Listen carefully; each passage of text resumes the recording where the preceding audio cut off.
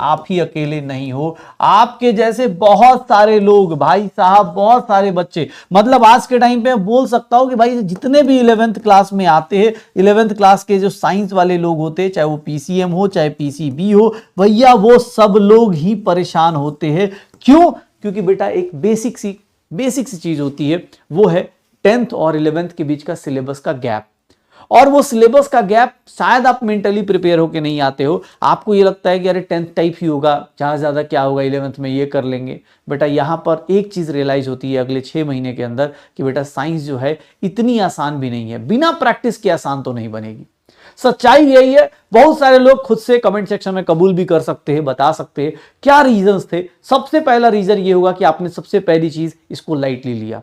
आपने ये सोचा कि सर 10th जैसे किया था, 10th में 10 दिन पढ़ा था, अच्छे मार्क्स आ गए, 10 दिन में मैथ खत्म, 10 दिन में साइंस खत्म, ये खत्म वो खत्म, भाई साहब एकदम भौकाल मचा दिया, घर वालों से इज्जत मिली। यहां तो भैया उससे ज्यादा मेहनत कर रहे हैं, फिर भी कोई इज्जत नहीं, ना क्लास में टीचर इज्जत दे रहा है, ना पड़ोस वाला इज्जत दे रहा है, ना घर वाले इज्जत दे रहे। अब तो घर में घर के आसपास के कुत्ते भी इज्जत नहीं दे रहे यार अपने को, ठीक है, ऐसा फील होने लगता है। क्यों? उसका रीजन, पहला रीजन यही है कि आपने अंडर एस्टिमेट कर दिया 11th क्लास को। लेकिन ऐसा तुम्हारे साथ ही नहीं है, इसीलिए पहली बात तो ये सोचना मत शुरू करना कि मेरे साथ ही ऐसा क्यों हो रहा है। सबके साथ होता है, मोस्ट ऑफ द लोग के साथ होता है। रीजन वही है कि आप 10th के माइंडसेट से 11th में घुस जाते हो, और 10th के माइंडसेट से जब 11th में आते हो तो वहां पर आप एक्सेप्ट नहीं करते कि टीचर पढ़ा रहा है तो मुझे प्रैक्टिस करनी है। नहीं नहीं यार, हम तो भैया एक पाइथागोरस थ्योरम पे पूरा चैप्टर कर जाते थे सर, और यहाँ तो भैया पाइथागोरस थ्योरम छोड़ो, पता नहीं क्या क्या चीजें चल रही हैं। फिजिक्स में अलग चल रहा है, केमिस्ट्री में अलग चल रहा है, बायो में अलग चल रहा है, बॉटनी जूलॉजी सब परेशान कर रहे हैं। बेटा इसका सबसे पहला आप अपने मन से ये निकाल दो कि आप ये सिर्फ आपके साथ हो रहा है। सबसे पहली बात, पहले तो मेंटली ये फ्री हो जाओ। दूसरी बात मैं जो आपसे करने वाला हूं, क्या अभी भी पॉसिबल है? क्या अभी भी पॉसिबल है?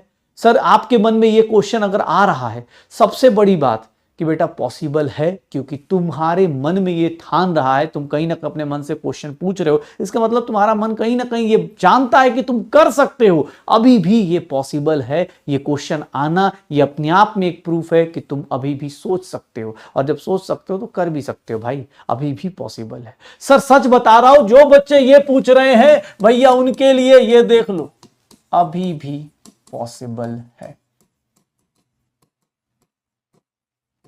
सर अभी भी पॉसिबल है, ये कैसे? सर साल भर, 7-8 महीने तो हमने वेस्ट कर दिए, अब कैसे पॉसिबल है?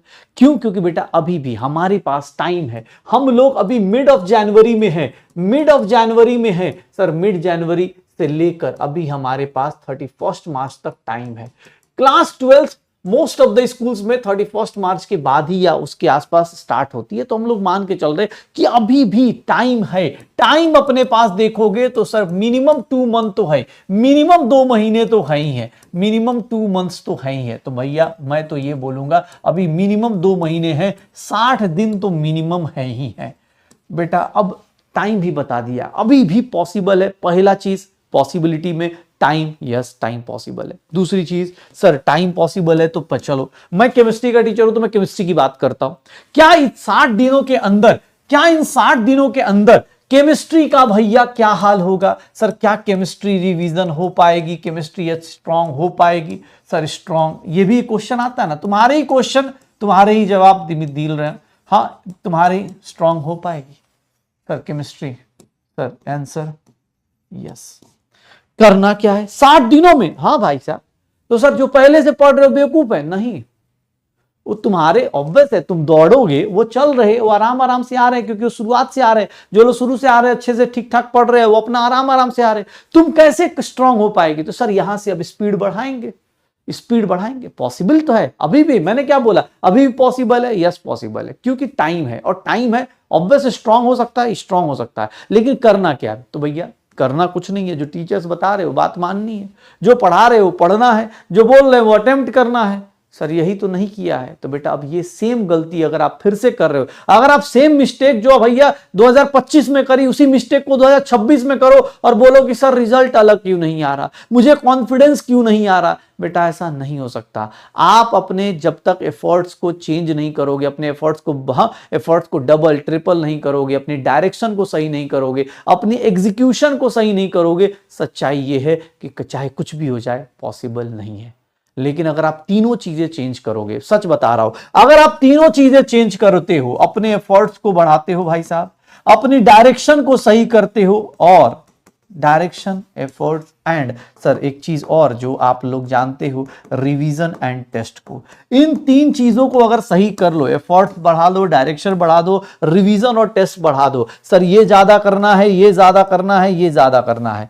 अब ये कैसे करेंगे वो सब हम आपको बताएंगे। पहला काम फिजिकल केमिस्ट्री की बात करते हैं। 11th क्लास में भैया सबसे ज्यादा जो दिमाग खराब करता है, सच्चाई यही है, फिजिकल केमिस्ट्री। पहली बात, हाँ सर पहला ही चैप्टर आता है एकदम, मतलब समझिए कि जितना साइंस नहीं पढ़ा हम लोगों ने 10th में उतना एक चैप्टर निकाल देता है। जब तक अभी हम सोच रहे होते फिजिक्स में बेसिक मैथ चल रहा होता है, तब तक हम लोग आराम से, हमको लगता है कि अरे ठीक ही तो है, करा रहे।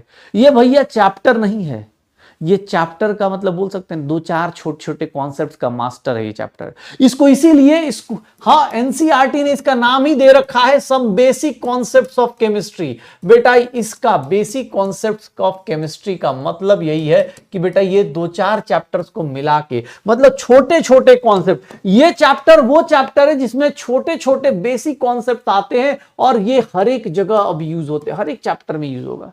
Till your selection till your exam, भैया ये चैप्टर हर एक जगह घुसता जाएगा। नंबर ऑफ मोल्स निकालना है, हर एक जगह आएगा, वो तुमसे पूछेगा नहीं, हर एक जगह पहुंच जाएगा। ठीक है, ये चैप्टर बेटा सबसे पहला इंपॉर्टेंट टॉपिक है जो आपको रिवाइज करना है, आपको प्रैक्टिस करनी है। हाँ इसमें से कोई थ्योरी वाला पोर्शन है तो उसको थोड़ा अवॉइड कर सकते हैं। सबसे पहला जो आपको स्ट्रॉन्ग करना है, ये चैप्टर स्ट्रॉन्ग करना है, क्योंकि इस चैप्टर को करने के बाद आप भैया इसके बाद अगर देखेंगे तो आप थर्मोडायनेमिक्स पे डायरेक्ट जा सकते हैं। क्यों? क्योंकि देखो सर थर्मोडायनेमिक्स पे आप डायरेक्ट जा सकते हैं। फिर अगर हम बात करें फिजिकल केमिस्ट्री की बात कर रहा हूं सर, आप इसके बाद अगर जैसे छोटा सा चैप्टर स्कूल वाला है तो स्ट्रक्चर ऑफ एटम, क्योंकि कॉन्फिडेंस आ जाएगा सर, स्ट्रक्चर ऑफ एटम कर लेंगे कॉन्फिडेंस आ जाएगा। फिर अगर हम बात करें छोटा सा चैप्टर रेडॉक्स रिएक्शन, तो इसको करने के बाद इसमें रेडॉक्स रिएक्शन में दो ही चीजें तो मेजर हैं, कौन सी सर? ऑक्सीडेशन नंबर निकालना और बैलेंसिंग करना। रेडॉक्स रिएक्शन में दो ही चीजें सही होती हैं, दो ही चीजें पूछी जाती हैं, ऑक्सीडेशन नंबर निकालो और बैलेंसिंग कर दो। सर दो चीजें 2 दिन में खत्म। स्ट्रक्चर ऑफ एटम, भैया स्ट्रक्चर ऑफ एटम में जो तुम्हें यूज होने वाला है सर वो वाला पोर्शन देख लो। थर्मोडायनेमिक्स देखोगे बेटा, थर्मोडायनेमिक्स बेटा ये देख लो। एंड द लास्ट चैप्टर जो कि इक्विलिब्रियम है, ये भैया आप आराम से करिए, लेकिन पहले ऊपर के 4 चैप्टर जरूर मजबूत कीजिए, क्योंकि वो मजबूत हो गए ना बेटा, वो मजबूत हो गए तो भैया बहुत सारी चीजें आसान हो जाती हैं, बहुत सारी चीजें आसान हो जाती हैं।